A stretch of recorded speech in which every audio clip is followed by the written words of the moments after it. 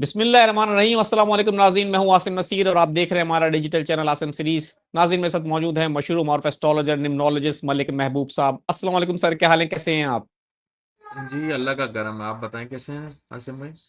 अल्लाह का बड़ा करम है मलिक साहब। लेकिन वीलॉग शुरू करने से पहले आप हमारे जो नए देखने वाले हैं उनसे हम दरखास्त करेंगे, जिसने अभी तक हमारे चैनल को सब्सक्राइब नहीं किया तो बराए मेहरबानी से सब्सक्राइब भी कर दे।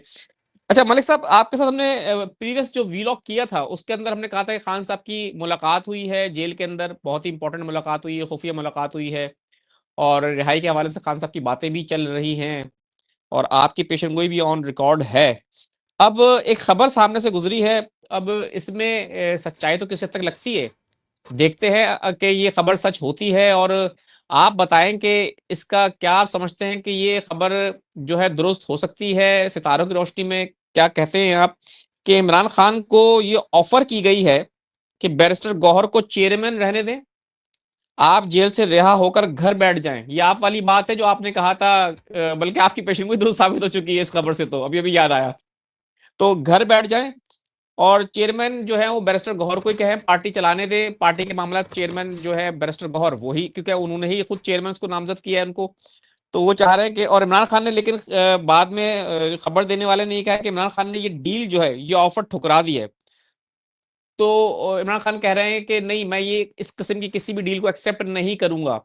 उनको ये कहा गया कि आपने ही नामजद किया है, थोड़ा आराम कर लें 2-3 साल का। लेकिन खान साहब ये एक्सेप्ट नहीं कर रहे। आपकी पेशन गोई है, बिल्कुल ऑन रिकॉर्ड है, हमारे देखने वाले जानते हैं, नीचे कमेंट करके भी बताएंगे कि आप कह चुके हैं कि खान साहब को रहा अगर कर भी दिया गया तो उनको किसी जगह पे ले जाके नजरबंद कर दिया जाएगा और वो फिलहाल करंट पॉलिटिक्स में शायद इस तरह से एक्टिव नजर नहीं आएंगे। तो क्या समझते हैं आप, इस तरह की बातें जो हो रही हैं ये तो -1 फॉर्मूला अप्लाई अप्लाई किया जा रहा है। देखिए, -1 फॉर्मूला आसिम भाई है, क्योंकि मैंने मैंने तो ये मैंने आपको पहले भी बताया, मुझे पॉलिटिक्स का कोई इंटरेस्ट नहीं है और मुझे इसमें मजा भी नहीं आता। जो मेरा सब्जेक्ट है, मैं एस्ट्रोलॉजिकली बेसिस पे ही आपको उस दिन भी बताया था। ये तो खबर आपके सामने अभी आई है और ना जाने इस तरह की खबरें कितनी आएंगी, कुछ बाउंस बैक करेंगी। लेकिन जो इमरान खान का जायचा है वो इसको बहुत ज्यादा एम्पलीफाई करता है कि अगर वो पीछे से बैठ के एज अ कोच बन के अपनी पार्टी को लेके चलेंगे तो बहुत अच्छे कामयाब होंगे। अगर वो एज अ कैप्टन जरूर आ सकते हैं, लेकिन वो पिक्चर में अगर कैप्टन बन के आएंगे तो काम खराब होना शुरू हो जाएगा। तो मैंने आपको जैसे लास्ट टाइम कहा था कि खान साहब के सितारों में किंग मेकर बनना ज्यादा बेहतर नजर आता है और उसकी पॉसिबिलिटीज भी बहुत है कि वो किंग मेकर ही बनेंगे। लेकिन अगर वो एज अ प्रेसिडेंट बनने के लिए, सॉरी, प्राइम मिनिस्टर बनने के लिए ख्वाहिशमंद हैं तो उनको फिर उन्हीं मसलों मसाइल का सामना करना पड़ेगा जो वो करते आ रहे हैं। उसकी वजह यह है कि जो उनकी बर्थ चार्ट में, जो बर्थ चार्ट जिसको मैं मानता नहीं हूं, उसके हिसाब से, और जो उसको तो चलें साइड पे करना, अगर मैं वक्ती जायचे को लेके चलूं तो उसमें बहुत ज्यादा क्लियर दिखता है कि उनके करीब करीब के लोग उनको बहुत धोखा देंगे। तो इस चीज से बचने के लिए बेस्ट वे है कि वो किंग मेकर बने, पीछे से बैठ के देखे कि कौन उनको धोखा दे रहा है और कौन उनके साथ है। अगर वो आगे आएंगे तो उनको पीछे की नजर जरूर होगी, लेकिन वो उस चीज को उस तरह कंट्रोल नहीं कर पाएंगे जैसे किंग मेकर कंट्रोल कर पाता।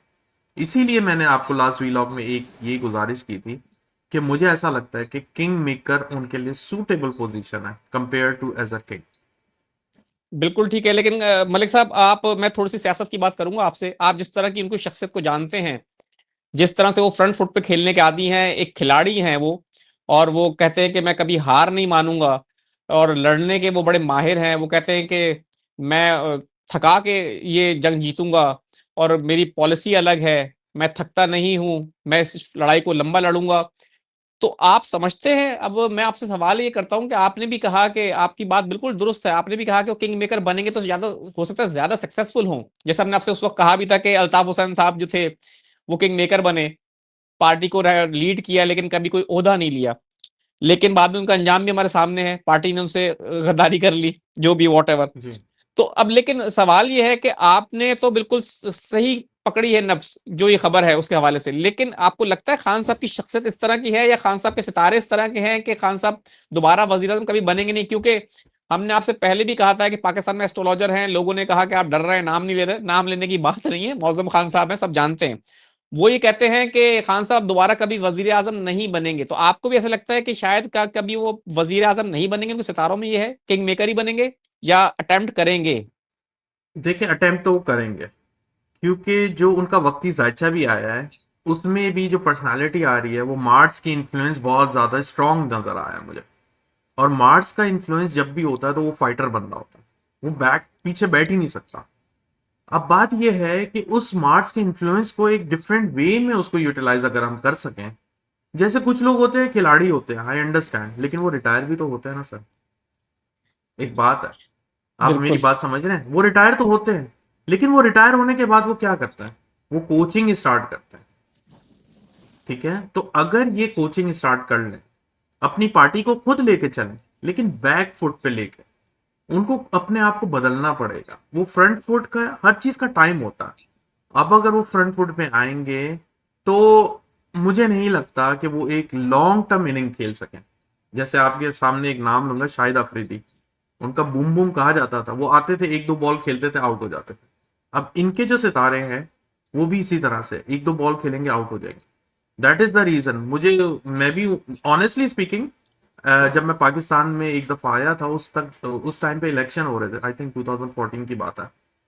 तब मेरा वोट जो है इमरान खान को गया था, लेकिन मैं एज अ इमरान खान के सपोर्टर के हिसाब से उनको इस वक्त नहीं बोल रहा हूँ, मैं एज एन एस्ट्रोलॉजी के बेसिस के ऊपर बोल रहा हूँ कि जो चीज उनको सूट कर रही है वो उस रास्ते पे चलेंगे तो वो बहुत आगे निकल जाएंगे। और मैंने जैसे कहा कि उनकी पार्टी में एक एलिमेंट कम है, खवातीन। खवातीन जो है इस पार्टी को बहुत ऊपर लेके जा सकती है। और इमरान खान अगर आते हैं, बैक चेयर पे बैठते हैं, वो बहुत अरूज पे ले जाएंगे पाकिस्तान को। मुझे पता है इस वक्त बहुत सारे लोग मेरी इस बात से इख्तलाफ करेंगे, लेकिन मैं आपको as an astrologer exactly claim कर रहा हूँ कि पाकिस्तान में अगर खान साहब आएंगे as a prime minister, he will not able to survive this again. क्योंकि अनफॉर्चुनेटली, एक और बात मैं बताता हूँ, चले आपने एक बात की, पाकिस्तान का जायचा अगर मैं देखता हूँ तो उसमें बहुत कम लोग, मतलब 99% लोग जो हैं अपनी प्रेसिडेंट मतलब प्राइम मिनिस्टरशिप को कंप्लीट नहीं कर पाएंगे। ये इसके हॉरोस्कोप में है। अब आप, मैं आपको एक और बात बहुत क्लियरली बता रहा हूँ कि पाकिस्तान में जो भी प्राइम मिनिस्टर की पोजीशन पे आएगा, ये सितारे ऐसे हैं इनके, वो उसको टिकने नहीं देंगे, कंट्रोवर्सीज में चले जाएंगे। तो अगर इनको लंबी सियासत खेलनी है, लंबी इनिंग खेलनी है, तो जायचे के हिसाब से, और जैसे कल 18 अक्टूबर, सॉरी 18 मई है, राहु केतु का ट्रांसिशन होने वाला है।